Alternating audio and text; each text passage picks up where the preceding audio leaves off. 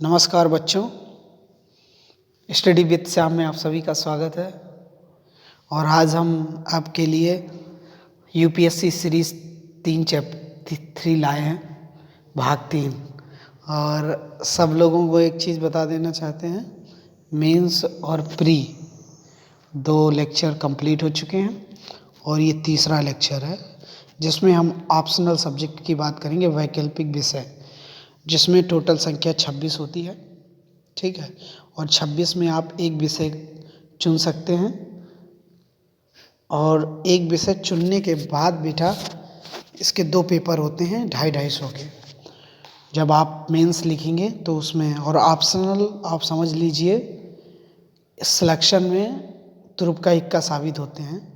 और ऑप्शन का सिलेक्शन जो ऑप्शनल सब्जेक्ट होता है, जिसने ये विषय सही से नहीं चुन पाया, दुविधा में रहते हैं बहुत लोग, आप देखते होंगे कि सोचते हैं कि मैं हिस्ट्री ले लूँ, फिर कहते हैं पॉलिटी ले लूँ।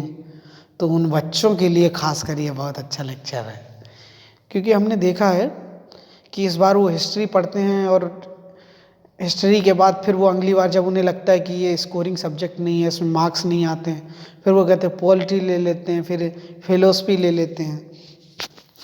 तो मेरा मानना है कि ऑप्शनल सब्जेक्ट सिलेक्शन के 3 क्राइटेरिया हैं। पहला, नंबर 1, आपने जिस सब्जेक्ट से ग्रेजुएशन किया हो, अगर वो सब्जेक्ट वैकल्पिक विषय में आता है तो उसको आप चुनिए, क्योंकि आपने उसमें बीएससी की है तो शायद कुछ ना कुछ आप जानते होंगे ज़रूर। ठीक है। दूसरी चीज़ आ जाती है इंटरेस्ट। ठीक है, इंटरेस्ट का मतलब ये है कि जिसमें मज़ा आता हो आपको पढ़ने में। अब आप समझिएगा कि आप मान लो यूपीएससी अनप्रेडिक्टेबल एग्ज़ाम होता है। इसमें अनप्रेडिक्टेबल का मतलब हुआ बेटा कि पता नहीं कि कब हो कब ना हो सकता है 1 अटेम्प्ट लगे, 2 अटेम्प्ट लगे, 3 अटेम्प्ट लगे, कहो ना भी हो, तो फिर आपको बोरिंग होने लगती है उस सब्जेक्ट से। तो ऐसा सब्जेक्ट चुनें जिसमें बेर बेर भी अगर हमें पढ़ना पड़े उसमें मज़ा आता हो। समझ रहे हो? एक सब्जेक्ट को आप पढ़ ली 1 साल नहीं हुआ, फिर उसी सब्जेक्ट को पढ़ो तो बोरिंग महसूस होने लगती। तो मेरा मानना ये है जिसमें आपका इंटरेस्ट बहुत ज़्यादा हो, एक वो सब्जेक्ट होता क्राइटेरिया। और तीसरा क्राइटेरिया बेटा बहुत इम्पॉर्टेंट है कि जिसमें स्कोरिंग होता हो। ऐसा सब्जेक्ट आपने देखिए, जैसे एग्रीकल्चर है, उसको आप ले लीजिए, उसमें कितनी भी मेहनत करिए तब भी मार्क्स बहुत लोगों का मानना है कि कम ही आते हैं। तो जो एग्रीकल्चर के बच्चे भी होते हैं वो भी छोड़ देते हैं ये सब्जेक्ट। तो बहुत से सब्जेक्ट होते हैं जो थोड़ा भी लिखो बहुत अच्छे मार्क्स आते हैं, स्कोर बहुत होते हैं, स्कोर कर जाते हैं उसमें। जिसमें कि आप देख लीजिएगा पॉलिटिकल साइंस है, सिविल अभियंत्रण है और राजनीतिक विज्ञान, अर्थशास्त्र, जो भी स्कोरिंग सब्जेक्ट हों। अगर आप देखेंगे कि इस हाँ, जैसे अगर हम बात करें इतिहास, ये भी बहुत, इसका ज़्यादा ब्रॉड वो नहीं होता है, तो इसको भी आप ले सकते हैं इतिहास को। दूसरा, कानून वगैरह ये ले सकते हो अगर कोई लॉ वगैरह पढ़े हों। दूसरा बेटा जो साइंस, आर्ट्स एंड चिकित्सा वगैरह, तो ऐसे सब्जेक्ट होते हैं जिनमें डिफाइन होता है, तो वो सब्जेक्ट ले सकते हो जिसमें स्कोर बहुत अच्छे हो जाते हो, मार्क्स बहुत अच्छे आ जाए। तो 3 क्राइटेरिया हो गए। अब हम आपको सब्जेक्ट की गिना देते हैं लिस्ट। कृषि है, प्रबंधन है, नंबर 1 पे कृषि प्रबंधन।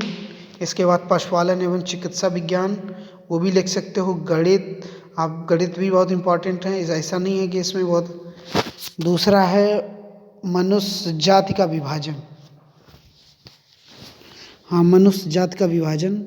और वनस्पतिक विज्ञान, यांत्रिक अभियंत्रण, चिकित्सा विज्ञान, रासायनिक विज्ञान, दर्शन शास्त्र, ये भी बहुत अच्छा सब्जेक्ट है। सिविल अभियंत्रण, ये भौतिक ले सकते हो। वाणिज्य एवं लेखपाल, राजनीतिक विज्ञान, अर्थशास्त्र, मनोविज्ञान, बहुत छोटे छोटे सिलेबस होते हैं, इनमें मार्क्स स्कोरिंग।